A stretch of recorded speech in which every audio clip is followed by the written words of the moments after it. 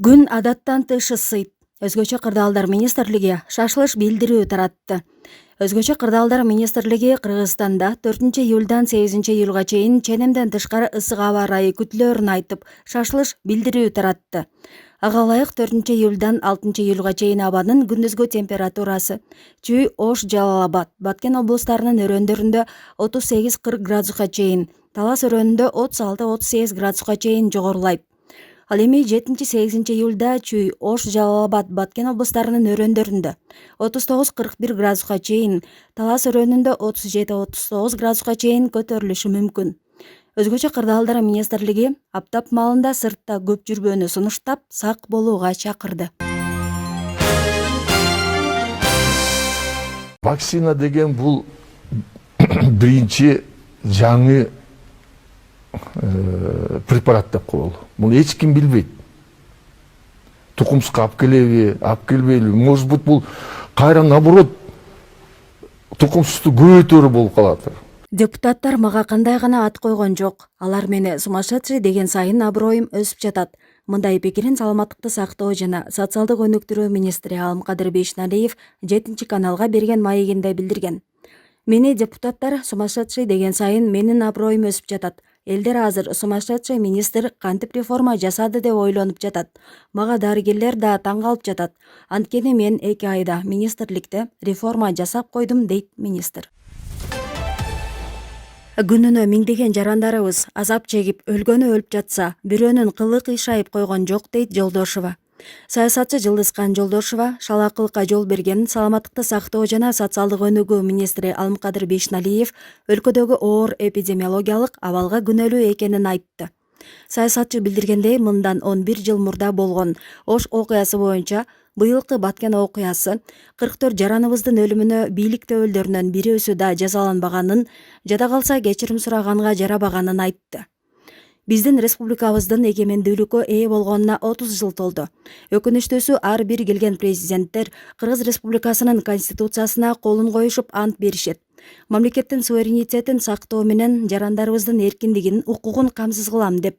Аттиң андай болбой, Ош окуясы болуп өтсө, быйыл Баткен окуясы болду. 44 жараныбыздан айрылдык. Бийлик төбөлдөрүнөн бирөөсү жазаланмак турсун, кечирим сурап коюшкан жок. Оору күч алып, эпидемиологиялык абалга саламаттык сактоо министри Кадыр Бейшналиевди күнөөлөп, кызматтан алуу талабы менен президент Садыр Жапаровго кайрылды. Ал эми коронавирус күч алып, күнүнө миңдеген жарандарыбыз азап чегип, өлгөнү өлүп жатса, бирөөнүн кылы кыйшайып койгон жок. Чымын өлүп жаткандай. Айнанайын, Садырлиним, канча кыргызстандык дагы каза болуш керек. Могу саламаттык сактоо министри Кадыр Бейшналиевди кызматтан алыш үчүн берилген ант аткарылыш керек, урматтуу президент мырза, деп жазган ал. Буга чейин Жогорку кеңештин төрагасынын орун басары Аида Касмалиева парламенттин 30-июняндагы жыйынында бул маселени көтөрүп, Кадыр Бейшналиевди жоопкерчилигин эске салган. Өлкөдө акыркы суткада коронавирус инфекциясынан 571 бейт абайыкты. Ал эми илдетти 1485 киши жуктуруп, 10 адам каза болду. Бул тууралуу саламаттыкты сактоо жана социалдык өнүктүрүү министрлиги кабарлады. Өткөн суткада 10 киши ооруну жеңе албай калды. Алардын 6-ы Бишкекте, 2-өө Баткенде, 1-өө Таласта, дагы 1-өө Жалал-Абадта катталды. Пандемиядан бери 2019 киши каза тапты. Ошондой эле учурда республиканын ооруканаларында 3691 бейтап жатат. Анын ичинен 332 кишинин абалы канааттандырарлык, 2253 орто, 948 оор жана 158 өтө оор абалда. Мындан сырткары 9815 киши амбулатордук түрдө дарыланууда. 10 жаштагы Ирина каарылыктан көз жумду. Украинанын Винницкая облусунун 10 жаштагы тургуну каарылыктан каза болду. Бул тууралуу РИА Новости жазды. Маалыматка ылайык, кызынын өлүмү тууралуу апасы Facebook баракчасы аркылуу билдирген. Иричкам көз жумду. Кечээ анын жүрөгү токтоп калды. Бул ирет сени сактап кала албаганым үчүн кечир, деп жазган ал. Кыз сейрек кездешкен, айкыз прогирия дартынан жабыркап келген. Мында тери жана ички органдар өзгөрүп, организм тез картай баштайт. Башында бир нече ай наристе кадимки балдардай эле өсөт. Андан кийин картайуу бир нече эсеге тездей турганы айтылды. Тери кургак болуп, бырыш басып, баш чоңоюп, ээк жагы өспөй калат, деп берилет маалыматта. Ошондой эле прогирия дарты менен жабыркагандар 1 жыл ичинде 10 жылга картайып кетет. Аталган дартка балдар чалыкканда орточо 13 жыл гана жашай алышат. Белгилей кетсек, медиктер каза болгон Иринага 5 жашында диагноз коюшканы белгилүү болду. Жүк ташуучу 119 унаа кезекте турат. Кыргыз-казак чек арасындагы абал. УКМКнын чек ара кызматы Кыргыз-казак чек арасындагы Актилек көзөмөл өткөрүү пунктунда автоунаалардын тыгыны жаралганын айтып, бирок абал туруктуу экенин билдирди. Чек ара кызматы бардык пунктулар кадимки тартипте иштеп жатканын белгиледи. Актилек пунктунда автоунаалардын тыгыны бар. Азыркы тапта 119 жүк ташуучу унаа кезек күтүп турат. Мындай көрүнүш айрыкча дем алыш жана базар күндөрү көп болот деп айтылат маалыматта. Чек ара кызматы Кыргызстандын аймагына жүк ташуучу унаалар үчүн чектөө жок экенин белгилеп, жеңил автоунаалар менен жөө адамдар тоскоолдуксуз өтүп жатканын кошумчалады. Ал эми башка өткөрүү көзөмөл пунктуларында мындай тыгын катталган эмес. Атайын кызмат айдоочуларды абалды түшүнүү менен кабыл алууга чакырып кеткен. Курут ЭМЕС Момпосуй Табалзиева парламенттин жыйынында оозуна эмне салганын айтты. 30-июнда жогорку кеңештин кезектеги жыйынында башкы прокурор Курманкул Зулушевдин артында отуруп, курут жеп, оозун боеп отурган аялдын видеосу жарыяланып, коомчулукта кызуу талкуу жараткан эле. Кийин ал айымдын юридика илимдеринин доктору, эксперт Венера Табалзиева экендиги маалым болгон. Табалзиева Вестикечи сайтына эмне үчүн боёно баштаганын айтып берди. Мен адатта макияж кылбайм. Коронавирустук кырдаалга байланыштуу антисептикти көп колдоном. Эриндер тынымсыз жарылып турат. Жарылып кетпеши үчүн ар дайым боюп турам, деди ал. Мындан тышкары эксперт көпчүлүк айткандай курут эмес Момпосуй жегенин тактады. Бул курут эмес болчу. Менде канымда канттын деңгээли жогору. Маал менен Момпосуйду оозума салам. Ушундай ысыкта кантип туздуу курут жесең болот. Адамдар тынчсызданганда алар ар дайым колу менен бир нерсе жасашат. Нерселерди жылдырышат жана башка. Чынын айтсам, мен тынчсызданып жаттым. Кантсе да биринчи окуу. Ал эми сиз тынчсызданганда кандагы канттын деңгээли көтөрүлөт. Ошол учурда абалымды сездим. Шашылыш түрдө сергитүүчү Момпосуйду оозума салып алышым керек болду, деди ал. Кыргыз волейболунун жылдызы Оңолбек Каныбек уулу үйлөндү. Сереп медиа маалымат агенттиги спортчуну куттуктап чалганда спортчу төмөнкүлөргө токтолду. Жубайымдын аты Кундуз 1992 жылы Ысык көл облусунун Тоң районундагы Каратала айылында туулган. Кесиби боюнча дарыгер. Тоюбуз кече 1-июлда Аксарай кафесинде өттү, деди ал. Оңолбек Каныбек уулу 1991 жылы Тоң районундагы Оттук айылында төрөлгөн. Кесиби боюнча педиатр. Ал 2019 жылдын Азиянын аймактык чемпионатынын жеңүүчүсү жана мыкты оюнчусу. Сот Жеңиш Молдокматовду 6 сентябрга чейин камакта калтырды.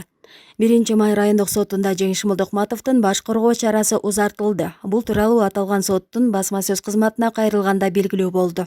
Маалыматка ылайык 1 май райондук соту Жеңиш Молдокматовду 6 сентябрга чейин камакта калтыруу чечимин чыгарды. Бишкек шаарынын 1 май райондук сотунун ушул жылдын 1 июлундагы чечими менен шектүү Молдокматовго карата камакка алуу түрүндөгү баш коргоо чарасы каралды. Сотко чейинки өндүрүштүн мөөнөтү 2021 жылдын 6 сентябрына чейин узартылды, дешти мекемеден. Башында Ички иштер министрлиги Молдокматовго октябрь окуяларында улуттук коопсуздук боюнча мамлекеттик комитетинин имаратын басып алууга аракет кылган деп айыптаган. Андан соң айыпты массалык башламандык беренесине өзгөртүшкөн. Ноокатта Инстаграм менен экстремисттик материал тараткан киши кармалды. Ноокат районунда тыюу салынган экстремисттик уюмдун материалдарын таратып жүргөн 26 жаштагы киши кармалды. Бул тууралуу Ош облустук ички иштер башкармалыгынын маалымат кызматы кабарлады.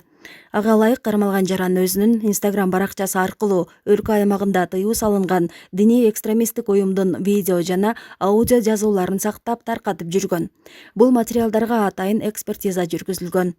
Аталган факты боюнча Жазык кодексинин 315 беренеси экстремисттик материалдарды даярдоо, таратуу менен иш козголуп, чектүү убактылуу кармоочу жайга киргизилди. Учурда тергөө иштери уланууда.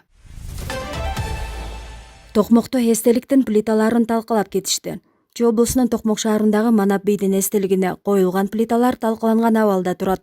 Бул тууралуу аймактык кабарчыга жергиликтүү тургун Асыл Кожомкулова билдирди.